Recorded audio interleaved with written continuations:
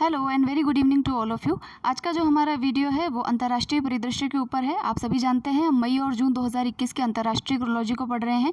इस बार जो क्रोनोलॉजी है वो दोनों महीने की साथ में आई है क्योंकि कोविड के चक्कर में पब्लिश नहीं हुई थी। तो इसमें 80 पेजेस हैं टोटल। तो अभी तक हमने जो है राष्ट्रीय परिदृश्य और आर्थिक परिदृश्य तक आर्थिक परिदृश्य तक कंप्लीट कर लिया है। तो उन वीडियोज़ को जो 7 वीडियोज़ अब तक जो है अपलोड हुए हैं उनको आप ज़रूर से देखिएगा। और इस मैगज़ीन को आप फिजिकल फॉर्म में खरीद लीजिए, काफ़ी अच्छी और शानदार मैगज़ीन है। लेकिन अगर आपके पास में ये मैगज़ीन नहीं मिल रही है तो कुछ ही दिनों में 1-2 दिन आप और वेट कीजिए। इसका PDF जो है आपको Telegram channel study for RS and IS वहाँ पर मिल जाएगा। उस चैनल को ज़रूर से ज्वाइन कर लीजिए। वहाँ आपके उपयोग की कई सारी जो है सामग्री जो है वहाँ पर अवेलेबल कराई गई है। जैसे कि जितने भी RPSC के एग्ज़ाम से रिलेटेड, UPSC के एग्ज़ाम से रिलेटेड जो अपडेट्स होते हैं वो प्रोवाइड कराए जाते हैं।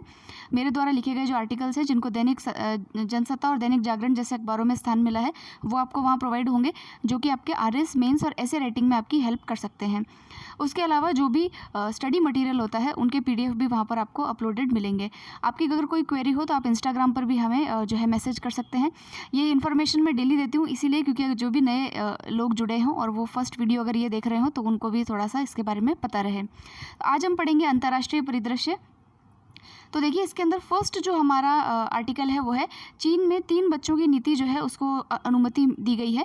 तो आप जानते हैं कि चाइना की पॉपुलेशन जो है वो वर्ल्ड में सबसे नंबर 1 पे, सेकंड इंडिया आता है। तो 1979 में इसी पॉपुलेशन को कम करने के लिए जो है वहाँ पर 1 चाइल्ड पॉलिसी जो है वो अपनाई गई थी चाइना के अंदर, यानी कि व्यक्ति जो है एक ही बच्चा जो है वहाँ पर कर सकता है। उसके बाद में जो है इसको बढ़ा करके 2016 के अंदर 2 चाइल्ड पॉलिसी कर दिया गया और अभी जो है इसको बढ़ा करके 3 बच्चों वाली नीति जो है वो कर दिया गया है। आप जानते हैं कि जहाँ पर भी पॉपुलेशन होती है, देखिए पॉपुलेशन तब तक बुरी नहीं है जब तक कि वो स्किल्ड हो, ठीक है, कौशल हो उसके अंदर और वो एक ह्यूमन रिसोर्स का काम कर सके, मानव संसाधन का काम कर सके। जैसे कि अगर आप मान लीजिए कि अगर आपके पास में कोई ऐसे लिखने को आए, निबंध लिखने को आए कि जनसंख्या वृद्धि पर आप एक निबंध लिखिए, तो आप उसका सकारात्मक पक्ष भी तो देखेंगे। सकारात्मक पक्ष क्या है उसका कि जहाँ पर जनसंख्या वृद्धि होती है वहाँ पर युवाओं की संख्या ज़्यादा होती है और युवा जो होते हैं उसको हर फील्ड में जो है वरीयता दी जाती है। एक युवा जितना कार्य कर सकता है उतना एक जो एजेड व्यक्ति है वो नहीं कर पाता। उसके पास एक्सपीरियंस तो है लेकिन कार्य करने की उतनी क्षमता उसके पास में नहीं रहती है। तो इसीलिए कहा जाता है तो जो पॉपुलेशन जो है, लेकिन पॉपुलेशन बढ़ने का एक दूसरा पहलू भी है कि अगर पॉपुलेशन आपकी स्किल्ड होगी यानी कि उसमें कौशल होगा कार्य करने का और वो ट्रेंड होगी तभी वो आपके किसी काम की है, वरना वो किसी काम की नहीं है। अगर ये सब चीज़ें नहीं होगी तो आप देखते हैं अभी हमारे देश में भी कितनी बेरोज़गारी है। उस बेरोज़गारी का कारण यही है। इसीलिए जो नई शिक्षा नीति है उसके अंदर ये बल दिया गया है कि आपने पढ़ी होगी नई शिक्षा नीति, उसमें कहा गया है कि ये जो शिक्षा नीति है किसी को भी बेरोज़गार नहीं रहने देगी, यानी कि उसको स्किल्ड बनाएगी। तो यहाँ पर जो चाइना भी इसी पॉलिसी में चल रहा है, तो इसीलिए उसने जो है 3 बच्चों की नीति जो है उसको अभी मंजूरी दी है। नेक्स्ट हम चलते हैं कोलंबो बंदरगाह शहर आर्थिक आयोग विधेयक। देखिए ये काफ़ी इंपॉर्टेंट न्यूज़ है, ये वेरी इंपॉर्टेंट न्यूज़ आर्टिकल है। क्यों है ये? इसीलिए इम्पॉर्टेंट आर्टिकल है क्योंकि ये जो है IR का पार्ट है, यानी कि इंटरनेशनल रिलेशन का पार्ट है और हमको इंडिया और हमारे जो नेबर्स हैं उनके रिलेशंस के बारे में पढ़ना है, ठीक है। तो नेबर कौन सा है हमारा? श्रीलंका, ठीक है। और श्रीलंका के साथ में यहाँ श्रीलंका जो आप जानते ही हैं, श्रीलंका के अंदर एक बिल पारित हुआ है जिसका नाम है Colombo port city economic commission bill, ठीक है। इस बिल को जो है वहाँ की गवर्नमेंट जो है, राजपक्षे गवर्नमेंट जो है वो लेकर के आई है। इस गवर्नमेंट ने क्या किया है कि इस बिल के अंदर जो कोलंबो सिटी है, जो कोलंबो सिटी वाला जो पार्ट है, पोर्ट सिटी वाला जो पार्ट है, इसको वहाँ जो है चाइना की एक कोई कंपनी है उसने इसको जो है डेवलप किया है SEZ के रूप में, स्पेशल इकोनॉमिक जोन के रूप में। तो अब इस बिल के माध्यम से क्या होगा कि एक आयोग भी स्थापित किया जाएगा। देखिए यहाँ पर लिखा है कि विधेयक का उद्देश्य एक आयोग स्थापित करने के लिए एक विशेष आर्थिक क्षेत्र प्रदान करना है, यानी कि स्पेशल इकोनॉमिक जोन प्रदान करना है, ताकि यहाँ पर जो है किसी भी करेंसी के अंदर और किसी भी एक तो करेंसी का लेन देन आसान हो जाए, रजिस्ट्रेशन आसान हो जाए, किसी और चीज़ मतलब पार्लियामेंट वगैरह की परमिशन लेनी ना पड़े। तो देखिए ये कार्य वहाँ के प्रेसिडेंट के द्वारा किया गया है, ठीक है।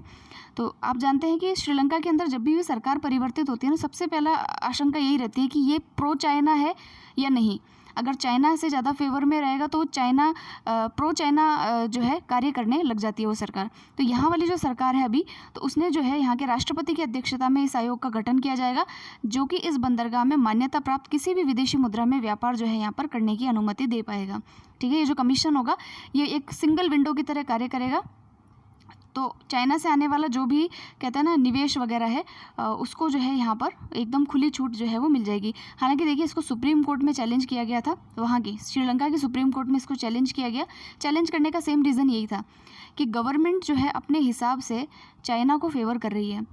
ठीक है, तो सुप्रीम कोर्ट में जो पिटीशन आई थी उसने ये कहा कि ये संविधान के विरुद्ध है। ठीक है, इसीलिए इसके अंदर कुछ अमेंडमेंट करके इस बिल को जो है संसद के द्वारा पारित करवा लिया गया। ठीक, तो अब वहाँ की जो ये गवर्नमेंट है उसके बेसिस पर ये कार्य होता है। सबसे पहले देखिए हम एक चीज़ और देखते हैं कि श्रीलंका का एक बार नक्शा देखते हैं। सो ये आपके सामने श्रीलंका का जो है मैप है।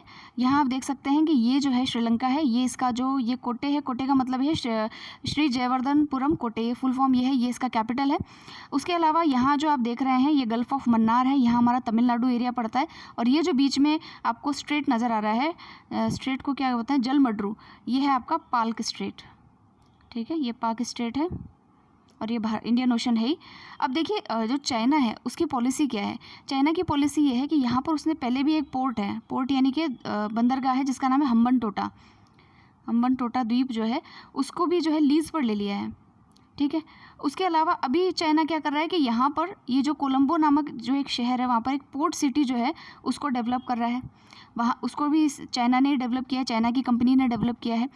तो वहाँ की गवर्नमेंट जो है वो इस चीज़ को अलाउ कर रही है, जबकि गवर्नमेंट को ये सोचना चाहिए कि ये हम जो दूसरी क्षेत्र को जब आप अपने जैसे मान लीजिए आप अपने घर के अंदर अगर पड़ोसियों को आप ज़्यादा हक देंगे, ज़्यादा अधिकार देंगे, तो एक समय ऐसा आ सकता है कि आपको घर छोड़ के जाना पड़ जाए। ठीक है, तो वही चीज़ यहाँ पर है कि वहाँ की जो लोग हैं, जो मतलब जो भी कंसर्न अथॉरिटीज़ हैं, वो इस बात के लिए अंदेशा कर रही हैं कि यहाँ कहीं श्रीलंका का कॉलोनाइजेशन ना हो जाए। ठीक है, औपनिवेशीकरण ना हो जाए। ठीक है, और भारत के लिए इसके अपने पक्ष हैं। भारत ये सोचता है क्योंकि अब देखिए कि अगर इतना सा सिर्फ भारत और श्रीलंका के बीच में सिर्फ यही रास्ता है। अगर यहाँ पर चाइना आ जाएगा, नेपाल के पास में चाइना है ही, आपको पता है तिब्बत चाइना के कंट्रोल में है ही, अरुणाचल प्रदेश वाला भी हमारा रीजन जो है वो बहुत ही सेंसिटिव रीजन हो गया। अगर श्रीलंका के यहाँ पर भी चाइना आ गया तो ये तो हमको चारों तरफ से घेर लेगा। और चाइना की नीति क्या है तो उसको हम एक मैप में देखते हैं। तो देखिए चाइना जो है वो अपना OBOR प्रोजेक्ट चला रहा है। ये मैंने कई बार बताया है, आज मैं फिर बता रही हूँ। One belt one road initiative, ये चाइना का इनिशिएटिव है। इसके तहत चाइना क्या कर रहा है कि जो मेजर जो जगह हैं पूरे वर्ल्ड में, जो मेजर जगह हैं यानी कि यूरोप में, पूरा वर्ल्ड नहीं कह सकते, यूरोप के अंदर पेनिट्रेशन ले जाने के लिए वो जो है अपने 2 रूट्स को डेवलप कर रहा है OBOR के तहत। पहला तो है उसका सिल्क रोड प्रोजेक्ट, जिसको रेशम मार्ग कहते हैं। ये प्राचीन रेशम मार्ग था जो व्यापार के लिए चाइना के द्वारा चलाया गया था, उसको दोबारा से जो है रिक्रिएट करना चाह रहा है। तो आप ये जो रेड लाइन देख रहे हैं ये सारा जो है ये सिल्क रूट का पार्ट है। ये जो रेड लाइन है ये सिल्क रूट का पार्ट है। इसमें हमारा भारत में जो आपका CPEC है वो भी इसी के अंतर्गत आता है, यानी कि चाइना पाकिस्तान इकोनॉमिक कॉरिडोर। दूसरा जो चाइना है वो समुद्र के माध्यम से यानी कि मैरीटाइम सिल्क रूट इनिशिएटिव के माध्यम से जो है कई देशों के बंदरगाहों को यूरोप तक जोड़ने की इसकी मंशा है। जैसे कि यहाँ देखिए, यहाँ से आप देख रहे हैं तो यहाँ सिंगापुर का कोलालमपुर, ये जो है ये जकार्ता, और यहाँ पर आता है आपका कोलकाता, कोलंबो, नैरोबी, और यहाँ से होता हुआ रेड सी से होता हुआ ये पूरा जो है इसको यहाँ तक लेकर के मेडिटेरेनियन सी तक जो है ये अपना पूरा जो कहते हैं पेनिट्रेशन इसमें ले रहा है। तो ये चाइना का एक महत्वाकांक्षी प्रोजेक्ट है जिसके तहत जो है वो उसने अभी श्रीलंका के अंदर ये कार्य किया है। भारत इसका हालांकि विरोध कर रहा है, करना भी चाहिए, क्योंकि इससे जो है हमारा इंडियन ओशन वाला जो रीजन है वहाँ पर हम जो है चाइना से पूरी तरीके से घिर जाएंगे। सो ये था श्रीलंका और चाइना के ऊपर जो आर्टिकल है जिसमें भारत के भी मेजर कंसर्न्स हैं, तो इसको हमको समझना था। अब देखते हैं नेक्स्ट, रशिया और चाइना ने शुरू की अपनी सबसे बड़ी परमाणु ऊर्जा परियोजना। इन्होंने अपनी जो है न्यूक्लियर पावर परियोजना को स्टार्ट किया है, और इसमें जो है ये मॉस्को संयुक्त रूप से 2 चीनी शहरों में यानी कि चाइना के 2 शहरों के अंदर 4 जो हैं उच्च शक्ति वाले परमाणु ऊर्जा संयंत्र का जो ये संयंत्र है उनका जो है वो निर्माण करेगा। ठीक है, तो चाइना के अंदर जो है ये VVR जो है ये बनेंगे। परमाणु रिएक्टर का जो 3rd पीढ़ी होती है ना उसके रिएक्टर्स जो है वो यहाँ पर बनाए जाएंगे। हालांकि ये कोई क्वेश्चन यहाँ पर बनता नहीं है, लेकिन वो श्रीलंका और चाइना वाला जो मुद्दा है वो हमें थोड़ा सा पता रहना है। फिर हम देखते हैं next, world press freedom index WFI। तो ये इम्पॉर्टेंट है। इसको जो है जारी करने वाली संस्था कौन सी है उसका नाम याद रहना चाहिए, तो वो है report without borders, report without borders. ठीक है, ये जारी करने वाली संस्था है और ये एक तरीके से जो है गैर लाभकारी संगठन है यानी कि एनजीओ है। इसमें 180 देशों को जो है इसने टोटल जो है वहाँ पर प्रेस की जो स्वतंत्रता है उसको जो है रेखांकित किया है। अब देखिए इस रिपोर्ट को पढ़ना आवश्यक क्यों है, मैं 2 तरीके बताती हूँ। पहली चीज़ तो ये, अगर आप यूपीएससी प्रीलिम्स का पेपर देंगे तो आपसे ही रिपोर्ट के बारे में पूछा जा सकता है कि इस रिपोर्ट के अंदर हो सकता है 3 स्टेटमेंट देके पूछ ले, या हो सकता है डायरेक्ट पूछ ले कि ये किसके द्वारा जारी की जाती है। ये ट्रेंड है वहाँ के क्वेश्चंस का। दूसरा ये पूछा जा सकता है कि भारत में आप जानते हैं कि जो भारत में क्या कहीं पर भी जो आपका मीडिया है या जो मीडिया है तो वो एक चौथे स्तंभ के रूप में कार्य करता है। चौथा स्तंभ, 3 स्तंभ कौन से हैं, एक तो कार्यकारी है और एक आपका विधायिका है और एक आपका न्यायपालिका है। तो चौथा स्तंभ कौन सा है, मीडिया है। ठीक है, तो इसके अंदर अगर आप देखें तो वो क्वेश्चन कुछ भी बना सकते हैं कि भारत की स्थिति जो है अगर रिसेंट टाइम में देखा जाए तो भारत की स्थिति पत्रकारिता में स्वतंत्रता के परिप्रेक्ष्य में काफ़ी पिछड़ी हुई है, यानी कि 180 देशों में आप देख सकते हैं 142वां स्थान है। तो क्या इस संबंध में आप देख सकते हैं कि क्या पत्रकारिता जो है वो अपना कार्य या मीडिया जो है वो अपना कार्य स्वतंत्र रूप से कर पा रही है, इसके ऊपर एक टिप्पणी कीजिए। तो इस तरीके से कोई भी क्वेश्चन जो है उसमें बन करके आ सकता है। तो यहाँ आप इस चीज़ को कोट कर सकते हैं कि भारत की स्थिति जो है एक अंतर्राष्ट्रीय संगठन के अनुसार जो पत्रकारिता की स्वतंत्रता है, प्रेस की स्वतंत्रता है, उसमें काफ़ी पिछड़ी हुई है। ठीक है, तो अब जो है इसके अंदर टॉप के अंदर कौन आता है, तो टॉप के अंदर तो आपको पता ही है जो ये स्कैंडिनेवियन देश है, जैसे कि नॉर्वे है, नॉर्वे, फिनलैंड, स्वीडन, ये वाले देश जो है इसके अंदर टॉप पे आते हैं। और फिर अपने जैसे देश तो हैं, जैसे आप देख लीजिए इरिट्रिया, उत्तर कोरिया, तुर्कमेनिस्तान, ये सब जो है ये पिछड़े हुए क्षेत्र हैं। चाइना का स्थान देख लिए, हमसे भी पीछा, 177 पोजीशन है। फिर नेक्स्ट है ये वाला जो है इसको काट दीजिए, ये किसी काम का नहीं है। नेक्स्ट हम देखते हैं इजराइल और हमास के बीच जो है वो युद्ध विराम। सो नेक्स्ट जो हमारा आर्टिकल है वो इजराइल और हमास के बीच जो है वो युद्ध विराम यानी कि सीज फायर। तो देखिए युद्ध विराम यानी सीज फायर बोलते हैं उसको। तो देखिए इजराइल और हमास क्या है, सबसे पहली चीज़ हमास जो है वो एक मिलिटेंट ग्रुप है, यानी कि एक तरीके से कहते हैं वायलेंट ग्रुप भी कह सकते हैं, आतंकवादी समूह भी कह सकते हैं। जो पैलेस्टाइन है, फिलिस्तीन का जो है ये एक मिलिटेंट ग्रुप है। ठीक है, तो इसके द्वारा जो है वहाँ पर इजराइल और फिलिस्तीन के चरमपंथी समूह जो है हमास के बीच 11 दिन तक संघर्ष चला, जो कि बाद में अभी जो है थम गया है। और कई सारे देशों ने यहाँ पर जो है मध्यस्थता की है और मध्यस्थों की तरफ से हिंसा को रोकने के लिए बनाए जा रहे दबाव के बाद इस संघर्ष विराम को जो है सहमति मिली है। इसके कई सारे फ़ोटोज़ भी अपन ने देखे थे जो टीवी के अंदर जो है आ रहे थे बार बार, कि वहाँ पर जो है इजराइल के द्वारा जो है मिसाइल्स, रॉकेट्स वगैरह छोड़ करके जो है लोगों को जो है मारा जा रहा था। अल अक्सा मस्जिद जो है वहाँ पर जो यरूशलेम के अंदर है, ये जो अल अक्सा मस्जिद है ये जो है आपके मक्का और मदीना के बाद में मुस्लिम जो समूह है उनका तीसरा सबसे पवित्र स्थान है अल अक्सा मस्जिद। तो यहाँ पर भी जो है काफ़ी अटैक्स जो है वो किए गए थे। फिलिस्तीनी, देखिए यहाँ पे लिखा है फिलिस्तीनी जो उपासक हैं उनकी एक विशाल सभा पर जो है हमला यहाँ पर किया गया था। तो अब देखिए इसके अंदर सबसे पहले हम एक तो मैप देखते हैं इजराइल और पैलेस्टीन का, क्योंकि सबसे ज़्यादा क्वेश्चन जो है वो ज्योग्राफी के बनते हैं। अगर हम प्रीलिम्स की बात करेंगे तो ज्योग्राफी पॉइंट ऑफ व्यू से क्वेश्चन बनते हैं। तो जब भी आप इस तरीके के कोई भी जगह का नाम, किसी भी प्लेस का नाम देखें तो उसको नक्शे पर ज़रूर से लोकेट करें। सो यहाँ पर देखिए आप इस मैप को देख सकते हैं, ये जो आपको यहाँ पर दिखाई दे रहा है तो ये है आपका इजराइल। ठीक है, ये येलो कलर में जितना भी दिखाई दे रहा है इजराइल, ये है गाज़ा पट्टी, गाज़ा स्ट्रिप जिसको कहते हैं, ये है आपका वेस्ट बैंक का एरिया और ये है गोलन की पहाड़ियाँ जिसको गोलन हाइट्स कहते हैं, ऊपर दिख रहा होगा आपको, ये गोलन की पहाड़ियाँ हैं। अब देखिए यूपीएससी के अंदर एक सवाल था कि मेडिटेरेनियन सी यानी कि जो भूमध्य सागर है उसके बॉर्डर पे कौन कौन से देश जो है वो आते हैं। तो ऑप्शन में था जैसे इजराइल था, यहाँ पर इजिप्ट है, ये सीरिया है, उसके अलावा जॉर्डन है। तो अब देखिए इसका सही आंसर था जॉर्डन, क्योंकि जॉर्डन जो है इसकी सीमा के पास में नहीं आता, इसके पास बॉर्डर नहीं बनाता है। एक क्वेश्चन और यूपीएससी के अंदर आया था कि गोलन हाइट्स जो है वो किधर पड़ता है, गोलन हाइट्स जो है वो कहाँ पर है। तो गोलन हाइट्स जो है ये मध्य एशिया के अंदर जो है सेंट्रल एशिया के अंदर जो है वो पड़ता है। ठीक है, अगर और भी स्पेसिफिक पूछे तो अभी इसके ऊपर जो है किसका कब्जा है, तो आपके इजराइल का कब्जा इसके ऊपर माना जाता है। अब देखिए यहाँ पर आप देख सकते हैं ये है जेरूशलम। तो जेरूशलम जो है यहाँ पर 3 धर्म, एक तो क्रिश्चियनिटी यानी कि ईसाई धर्म, उसके अलावा मुस्लिम धर्म और तीसरा जो है आपका ज्यूज़, इन तीनों का जो है यहूदी धर्म, इन तीनों के जो है तीनों धर्मों के लिए ये स्थान जो है काफ़ी पवित्र है। सबका कुछ ना कुछ यहाँ पर जो है स्थित है, इसलिए तीनों के लिए ये स्थान काफ़ी पवित्र माना जाता है। अब बात रहती है पैलेस्टीन की, तो देखिए कुछ पैलेस्टीन का क्षेत्र यहाँ पर है, कुछ पैलेस्टीन का क्षेत्र यहाँ पर, जैसे ये रामल्ला जो है ये पैलेस्टीन के उसके कब्जे में है, ठीक है। अब इजराइल को जो है कई देशों का सपोर्ट है, जैसे 83% जो देश हैं, वर्ल्ड के देश हैं, वो इजराइल को सपोर्ट करते हैं, लेकिन पैलेस्टीन के साथ में भी जो है वो सद्भावना रखते हैं। भारत भी एक ऐसा देश है कि इजराइल के साथ में हमारे कूटनीतिक संबंध है, और पैलेस्टीन को भी हम जो है एक स्वतंत्र राज्य बनाने की जो है वो अनुशंसा करते हैं, उसका फेवर करते हैं यूएन के अंदर। अब देखिए जो क्या कहते हैं इजराइल वाला जो एरिया है, इसमें एक चीज़ और यहाँ पर ज्योग्राफी में नोट डाउन कर लेते हैं। ये डेड सी जो है, मृत सागर, ये देखिए यहाँ पर है इजराइल और जॉर्डन के बॉर्डर पे, ठीक है। तो ये है, और एक यहाँ पर है सी ऑफ गैलीली, ये भी आप थोड़ा ध्यान में रखेंगे, ये ज्योग्राफी के क्वेश्चन है, यही क्वेश्चन आते हैं, ठीक है। और तो ये वाला जो है पूरा डिस्प्यूट है। इसके अंदर देखिए और भी सारी बातें हैं कि 1967 के अंदर जो है वॉर के बाद में स्थितियां बदल गई, उसके बाद में ओस्लो अकॉर्ड हुआ जिसमें पैलेस्टीन को जो है पैलेस्टीन के क्षेत्र को इजराइल ने भी दर्जा दिया, उसके बाद में कई सारी चीज़ें जो इसके अंदर हुई है। लेकिन हमारे लिए बेसिकली ये जो main geographical point of view से जो बातें हैं वो जानना काफ़ी ज़रूरी है, ठीक है। अब इसमें जो है लैंड कवरेज अगर हम देखें तो इजराइल का ज़्यादा है, ठीक है। और ये जो हमास क्या है, हमास एक मिलिटेंट ग्रुप है जो कि इस साइड में पैलेस्टीन का जो एरिया है वहाँ से जो है ये इसने अटैक किया था। तो इस अटैक के काउंटर अटैक में जो है इजराइल ने काफ़ी सारे अटैक जो है वो पैलेस्टीनी क्षेत्रों पर किए थे। अब हम नेक्स्ट जो आर्टिकल है उसके ऊपर चलते हैं। देखिए एक चीज़ और बताना चाह रही थी मैं कि ये जो अरब इजराइल जो कॉन्फ्लिक्ट है, इसके ऊपर ये हमारे IR का पोर्शन हो सकता है, IR का, ठीक है।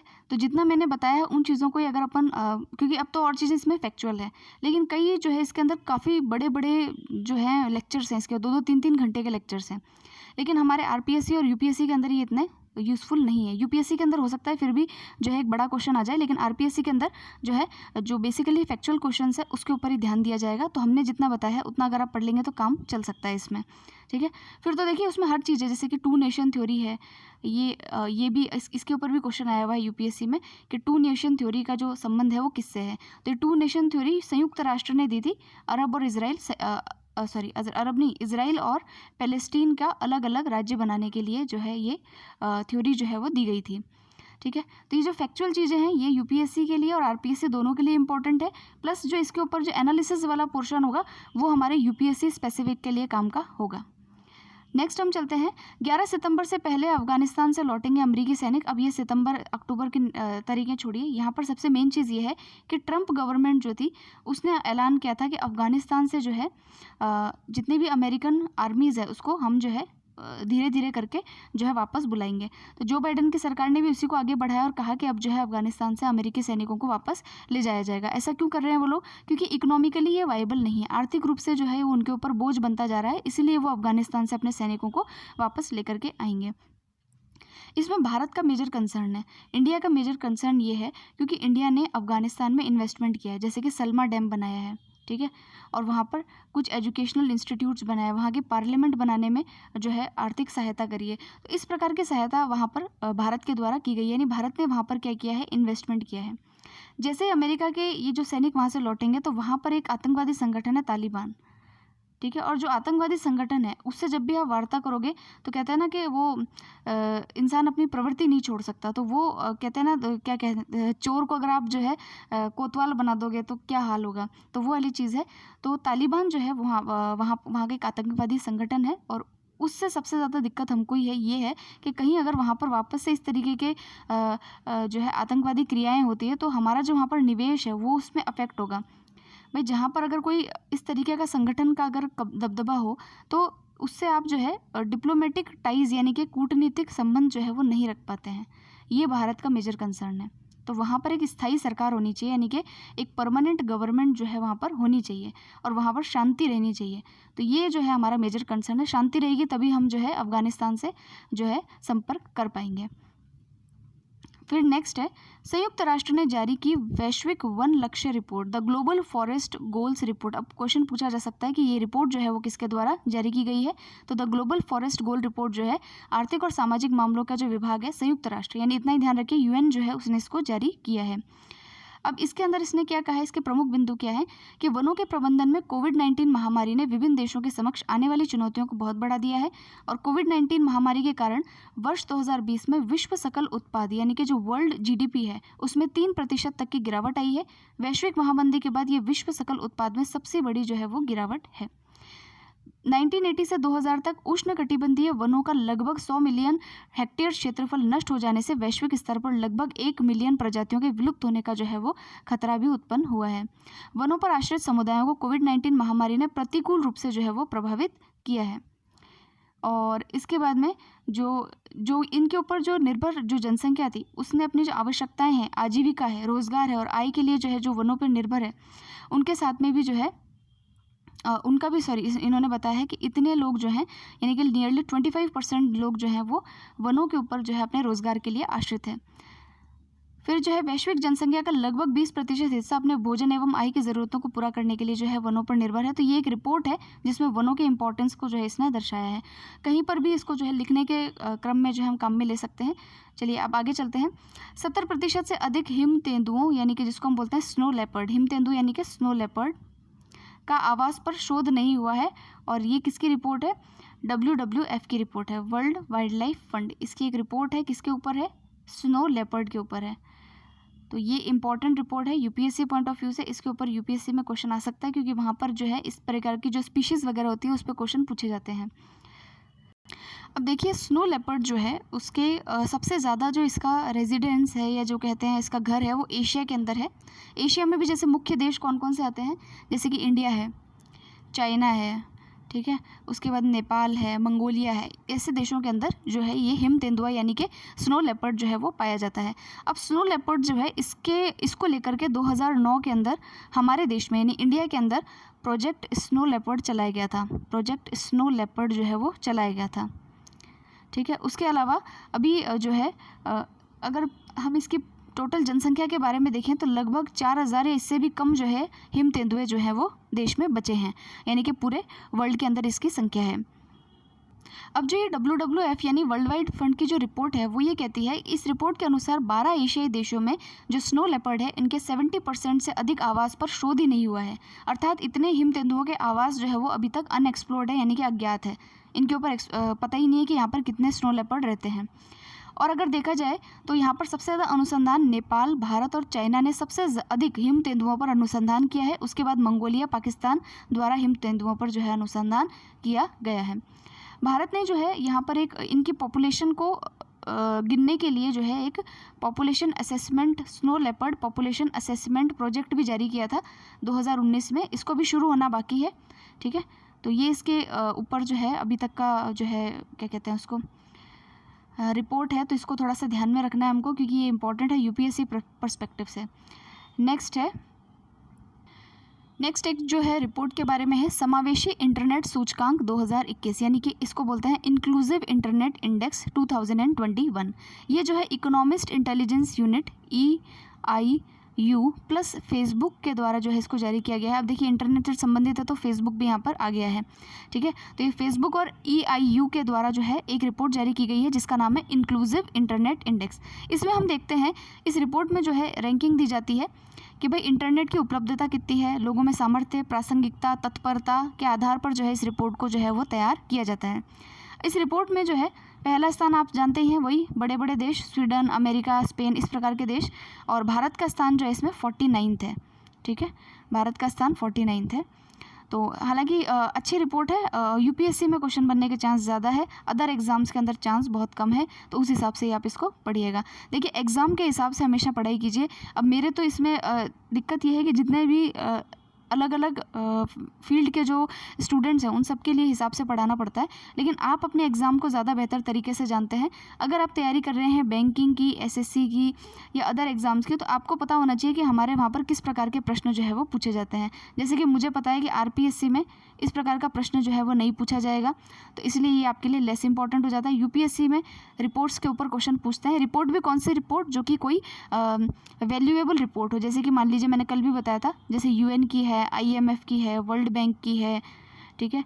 तो इस प्रकार की जो रिपोर्ट्स होती है वो इंपॉर्टेंट होती है, या फिर कुछ ऐसी रेलेवेंट रिपोर्ट जिसमें बहुत ही ज़्यादा कहते हैं ना सनसनी वाले जो है आंकड़े दे दिए हों, तो ऐसी रिपोर्ट्स काफ़ी इंपॉर्टेंट होती है। तो आप अगर किसी अदर एग्जाम्स में अगर आप तैयारी करते हैं तो आप अपने क्वेश्चन पेपर को एक बार देख लीजिए कि कौन सा टॉपिक जो है आप लोगों के लिए ज़्यादा जहाँ से सवाल पूछे जा रहे हैं, तो उस हिसाब से भी आप थोड़ा सा छटनी किया कीजिए कि कौन से क्वेश्चन पूछ सकते हैं।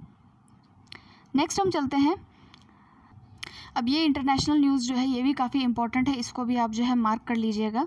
यहाँ पर हम एक टर्म पढ़ेंगे जिसका नाम है लेड आईटी, ठीक है। लेड आईटी ये क्या है ये हमको पता होना चाहिए। तो सबसे पहली चीज़ है लेड आईटी जो है ये WEF यानी कि वर्ल्ड इकोनॉमिक फोरम, विश्व आर्थिक फोरम के द्वारा जो है इसको स्थापित किया गया है। इसमें 30 से अधिक देशों एवं कंपनियों को एक मंच पर जो है वो लाया जाएगा, और ये जो है पेरिस समझौता, जो पेरिस एग्रीमेंट हुआ था उसके जो लक्ष्य हैं उसको पूरा करने के लिए जो फॉसिल फ्यूल्स यानी जीवाश्म ईंधन वाली जो हमारी ऊर्जा है उससे मुक्त और कार्बन शून्य स्तर पर जो है देशों को लाने के लिए जो है वो कार्य करेगा। यानी कि जलवायु संकट जो है उससे बचाने के लिए जो पेरिस में समझौता हुआ था उस समझौते के अनुरूप जीवाश्म मुक्त और शून्य कार्बन स्तर हासिल करने के लिए मिलकर कार्य जो है ये करेगा। अब ये इसमें न्यूज़ में क्यों है, तो देखिए अमेरिका, भारत और स्वीडन जो है इस पहल के अंदर जो है भी शामिल हुए हैं, ठीक है। तो इसलिए हमको ये ध्यान में रखना है।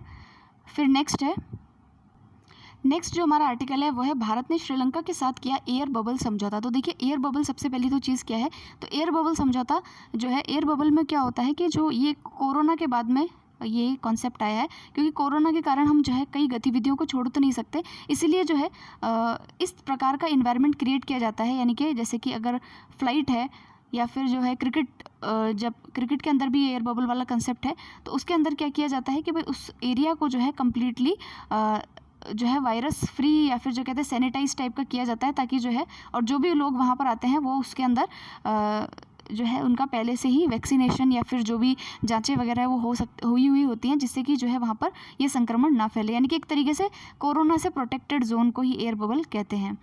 तो जो हमारी भारत सरकार है उसने श्रीलंका के साथ में जो फ्लाइट्स हैं उनके ऑपरेशन के लिए जो है ये एयर बबल समझौता जो है वो साइन किया है। तो सार्क के साथ में ये समझौता करने वाला ये जो है 6ठा देश बन गया है। सार्क के अंदर 8 देश हैं, तो 6 देशों के साथ में ऑलरेडी ये समझौते हो चुके हैं। तो इससे ये मैंने आपको बता ही दिया है। इसके अलावा जो जिन राष्ट्रों के साथ में हमने समझौते किए इस तरीके से 28 देश हैं, इनके नाम याद रखने की ज़रूरत नहीं। एयर बबल क्या होता है ये पता होना चाहिए, बस इतना ही इंपॉर्टेंट है। अब देखिए ये आर्टिकल भी काफ़ी इंपॉर्टेंट है, ये RCEP के ऊपर है, यानी कि रीजनल कॉम्प्रिहेंसिव इकोनॉमिक पार्टनरशिप। इसके फुल फॉर्म पे भी क्वेश्चन आ सकता है, इसके बारे में भी सवाल आ सकता है, मेंस में भी सवाल आ सकता है, प्रीलिम्स में भी पूछा जा सकता है। तो देखिए इसके ऊपर मेरा एक पूरा आर्टिकल था कि भारत ने जो है उस समय RCEP जो है उसमें से अपना स्थान जो है, नाम जो है वो वापस ले लिया था। उसमें मतलब पार्टिसिपेट भारत ने नहीं किया है। RCEP के अंदर 15 देश है, जिसमें से 10 तो आसियान के देश है और बाकी 5 जो है जिसमें चाइना, न्यूजीलैंड, ऑस्ट्रेलिया इस प्रकार के देश जो है वो सम्मिलित हैं। तो RCEP क्या करेगा कि यहाँ पर जो है फ्री ट्रेड एग्रीमेंट्स जो है वो साइन करेगा, ठीक है। FTAs जो है वो इन देशों के साथ में साइन होंगे, जिससे कि व्यापार को जो है वो और ज़्यादा प्रोत्साहन मिलेगा। भारत का कंसर्न ये था कि हमारे मार्केट में ऑलरेडी चाइना जो है वो काफ़ी मेजॉरिटी के अंदर जो है उसका जो है उसके सामानों की सप्लाई है। तो अगर हम ये FTA कर देंगे तो हम और भी ज़्यादा जो है लॉस में चले जाएंगे, और इस बात पर जो है ज़्यादा कंसर्न भारत के जो बात है उसके ऊपर लिया नहीं गया, इसलिए भारत ने इसके अंदर पार्टिसिपेट करने से मना कर दिया है। तो अभी देखिए सिंगापुर जो है वो अभी इसके अंदर शामिल होने वाला जो है वो पहला देश बना है। बहुपक्षीय व्यापार समझौते की अभिपुष्टि करने वाला जो है वो पहला देश जो है वो सिंगापुर बन गया है। तो RCEP के बारे में पढ़ लेते हैं। यह एक बहुराष्ट्रीय यानी कि मल्टी नेशनल ट्रेड समझौता है, जिसमें आसियान की 10 अर्थव्यवस्थाओं के साथ साथ ऑस्ट्रेलिया, न्यूजीलैंड, चाइना, जापान व दक्षिण कोरिया भी शामिल हैं। इन 15 भागीदार देशों ने इस समझौते पर 4 नवंबर 2020 को हस्ताक्षर किए हैं, और भारतीय हितों से संबंधित शंकाओं का निवारण नहीं हो पाने के कारण भारत ने इस समझौते से स्वयं को अलग रखा है, ठीक है। नेक्स्ट हम देखते हैं सेशल्स के बारे में। तो देखिए सेशल्स जो है इसमें भारत ने अपनी कुछ परियोजनाओं का जो है भी उद्घाटन किया है। सबसे पहले हमको इसका मैप पता हो, जैसे कि ये भारत है और ये यहाँ पर जो है अफ्रीका है। तो यहाँ पर जो है सेशल या मेडागास्कर इधर जो है सेशल्स द्वीप पड़ते हैं। ये सेशल्स जो है एक आर्चीपिलगो है, यानी कि द्वीपों का समूह है। करीबन 115 आइलैंड्स जो है यहाँ पर सिचुएटेड है। भारत की एक स्कीम है जिसका नाम मैंने आपको बताया था सागर स्कीम के तहत भारत जो है अपने जितने भी, जैसे यहाँ पे मालदीव्स है, मलेशिया है, मालदीव्स है, ठीक है, उसके अलावा जो यहाँ पर जो देश हैं उनको जो है अपनी तरफ से ग्रांट्स वगैरह दे करके जो है अपने फेवर में रखने का कार्य जो है वो करता है। तो सेशल्स के अंदर भी भारत ने इसी तरीके से यहाँ पर एक जो है क्या कहते हैं उसको, परियोजना जो है उसकी श्रृंखला का उद्घाटन किया है। तो यहाँ के जो सबसे पहले तो यहाँ के जो राष्ट्रपति है उनका नाम है वेवल राम कालवन। उन्होंने एक वर्चुअल इवेंट के तहत यहाँ पर जो है इसका उद्घाटन करवाया है। तो देखिए यहाँ पे राजधानी विक्टोरिया स्थित मजिस्ट्रेट न्यायालय का जो है उद्घाटन, नया भवन जो है वो भारत ने बनाया है यहाँ पर। सेशल्स में नागरिक आधारभूत संरचना से जुड़ी भारत की पहली बड़ी परियोजना है जो कि भारत ने यहाँ पर शुरू की है। कहाँ पर? सेशल्स में। सेशल्स का लोकेशन जो है हमें पता होना चाहिए, ये पूछा जा सकता है। फिर उसके अलावा जो है यहाँ पर ये सारी चीज़ें भी इन्होंने की, इतना याद रखने की कोई आवश्यकता नहीं है। फिर नेक्स्ट देखते हैं। हाँ, यहाँ पर देखिए लिख रखा है। हाँ देखिए यहाँ पर एक इम्पॉर्टेंट चीज़ ये है कि सेशल्स ने made in India covid vaccine प्राप्त करने वाला जो है ये पहला अफ्रीकी देश जो है वो बना है। सेशल्स के राष्ट्रपति जो हैं उन्होंने 2020 में हुए चुनावों में जीत हासिल कर सत्ता में जो है आए थे। और सेशल्स भारत की सागर यानी कि security growth for all in the region जो है इस पहल के केंद्र में जो है वो सेशल्स है। तो ये सागर स्कीम के बारे में मैंने आपको पहले ही बता दिया था। तो इसके केंद्र में जो है सेशल्स भी है। फिर नेक्स्ट है भारत और बांग्लादेश के बीच 5 समझौतों पर हस्ताक्षर। अच्छा, एक जो है यहाँ पर एक आइलैंड है जिसको बोलते हैं अजम्पशन आइलैंड, वो भी सेशल्स के अंदर ही है। यहाँ पर भी भारत ने जो है काफ़ी निवेश किया था। फिर नेक्स्ट देखते हैं हम। तो ये जो नेक्स्ट वाला आर्टिकल है इसमें भारत और बांग्लादेश के बीच 5 समझौतों पर हस्ताक्षर है। ये जो समझौते हैं इनको छोड़ दीजिए, ये काम के नहीं है। यहाँ पर देखिए जो यात्रा की है नरेंद्र मोदी ने बांग्लादेश की, वहाँ पर जो है जो वहाँ के राष्ट्रपिता हैं और जिनको बंग बंधु भी कहा जाता है, ये मैंने पहले ही बताया था, जिनका नाम है शेख मुजीबुर रहमान, उनके जन्म शताब्दी वर्ष और भारत और बांग्लादेश के बीच जो राजनयिक संबंध है उनके 50 वर्ष पूरे होने के संदर्भ में जो है वो वहाँ पर गए थे। और इस दौरान उन्होंने कई सारी घोषणा की। ऑब्वियस सी बात है, ऐसे कार्य होते हैं तब कई सारी घोषणाएं होती है।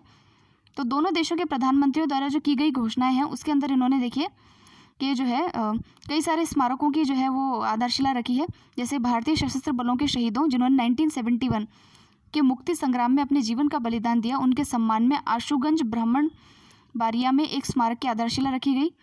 उसके अलावा यहाँ पे रूपपुर पावर इवैक्यूएशन प्रोजेक्ट की आधारशिला रखी गई। 3 बॉर्डर हाटों का भी जो है यहाँ पर उद्घाटन किया गया।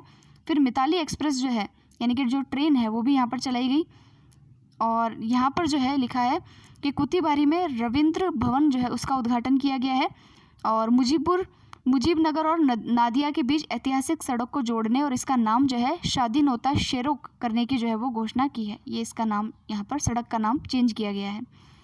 फिर यहाँ पर एक मंदिर काफ़ी चर्चा में था कि यहाँ पर जो एक मंदिर है वहाँ पर जो है देवी का मंदिर है जिसमें कि प्रधानमंत्री जी ने यात्रा की थी, जिनका नाम है जशोरेश्वरी मंदिर। ठीक है, ये कहाँ पर है? बांग्लादेश के अंदर है। तो ये क्वेश्चन पूछा जा सकता है। और यहाँ पर जो है 109 एम्बुलेंस और 12 लाख कोरोना वैक्सीन की डोज जो है वो भी दी गई है। और राजनयिक संबंधों की स्थापना की 50वीं वर्षगांठ के मौके पर भारत बांग्लादेश मैत्री टिकट जो है वो भी जारी किए गए हैं और मैत्री दिवस के रूप में इसको मनाने का फैसला लिया गया है। तो ये कुछ चीज़ें जो है, ये फैक्चुअल चीज़ें जो है यहाँ पर ये पूछी जा सकती हैं। जैसे कि मिताली एक्सप्रेस जो है इस ट्रेन का उद्घाटन जो है कहाँ पर किया गया है, ये पूछा जा सकता है क्वेश्चन। तो ये इंपॉर्टेंट हो जाता है। उसके अलावा जो है यहाँ पर जो है मैत्री दिवस किसके साथ में मनाया गया, ये पूछा जा सकता है। तो इस प्रकार के क्वेश्चन जो है इसको थोड़ा ध्यान में रखेंगे। नेक्स्ट हम देखते हैं। नेक्स्ट जो है उसमें कहा है कि रूस की सत्ता में 2036 तक बने रहने के कानून पर राष्ट्रपति पुतिन ने जो है वो हस्ताक्षर किए हैं। यानी कि अब जो नया संविधान है उसके रूस के संविधान के अनुसार कोई भी व्यक्ति लगातार 2 बार से अधिक राष्ट्रपति नहीं बन सकता। व्लादिमीर पुतिन जो है 2012 और 2018 में लगातार 2 बार राष्ट्रपति बन चुके हैं। ऐसे में वे वर्ष 2024 में राष्ट्रपति की दावेदारी पेश नहीं कर सकते थे।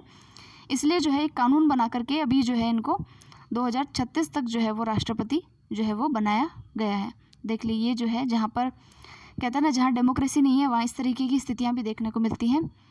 नेक्स्ट हम देखते हैं वैश्विक लिंग भेद अनुपात रिपोर्ट, जिसको कहते हैं ग्लोबल जेंडर गैप रिपोर्ट। ये काफ़ी इंपॉर्टेंट रिपोर्ट है, वेरी इंपॉर्टेंट रिपोर्ट। इसको जो है नोट डाउन कर लीजिएगा। इसको जो है वर्ल्ड इकोनॉमिक फोरम के द्वारा जारी किया जाता है। इसमें शीर्ष स्थान पर है आइसलैंड और हमारे भारत का देश जो स्थान है वो है 140वां। इसका उद्देश्य जो होता है वो स्वास्थ्य, शिक्षा, अर्थव्यवस्था, राजनीति के क्षेत्र में जो जेंडर गैप है यानी महिलाओं और पुरुषों के मध्य जो सापेक्ष अंतराल है उसमें प्रगति का आंकलन करने हेतु एक सीमा का निर्धारण करना, ये इसका जो है टारगेट होता है। ठीक है, फिर बाकी की जो इसमें रिपोर्ट है उसको काट दीजिए, वो किसी काम की नहीं है, वो हमें नहीं पढ़नी। ठीक है, फिर है अब हमारे इस जो अंतर्राष्ट्रीय परिदृश्य उसमें 2-3 आर्टिकल्स और बचे हैं जिनको हम कल डिस्कस करेंगे, क्योंकि वीडियो ऑलरेडी लंबा हो चुका है। कल की वीडियो में हम अंतर्राष्ट्रीय परिदृश्य को पूरी तरीके से ख़त्म करके फिर जो है अंतर्राष्ट्रीय रक्षा एवं प्रौद्योगिकी जो है उसके ऊपर जो भी नए आर्टिकल्स आए हैं उनको देखेंगे, और फिर हम चलेंगे हमारे जो फेवरेट जो है जिसका सबको इंतज़ार रहता है प्रादेशिक परिदृश्य के ऊपर। तो इसका मतलब इसके अंदर अभी जो है 3 से 4 वीडियोज़ जो है आप मान के चलिए और बनेंगे 30 मिनट के। तो उसमें हम जो है, लेकिन फिर भी ठीक है ना, आप 2-3 घंटे के अंदर अगर मैगज़ीन को आप कंप्लीट कर पाते हैं, 3-4 घंटे भी अगर इस बार लग जाते हैं आपको, तो क्या बड़ी बात है। एक अच्छा आपको व्यू भी मिलता है, एनालिसिस भी मिलता है, और खुद से जब हम पढ़ते हैं तो बोर भी हो जाते हैं। किसी का वीडियो सुनना जो है ज़्यादा ईजी रहता है, ऐसा मेरा मानना है। हो सकता है आपको कुछ और तरीके से पढ़ना पसंद हो, लेकिन फिर भी जो है इस तरीके से हम जब पढ़ते हैं तो इंटरेक्टिव जो चीज़ें होती हैं वो जल्दी याद होती हैं। तो मिलते हैं अब हम नेक्स्ट वीडियो के अंदर, और आपको पीडीएफ जो है जल्दी प्रोवाइड करा दी जाएगी। हो सकता है मैं आज ही अपलोड कर दूं, तो आप टेलीग्राम चैनल को जो है ज्वाइन कर लीजिएगा। सो मिलते हैं नेक्स्ट वीडियो में। Bye bye all.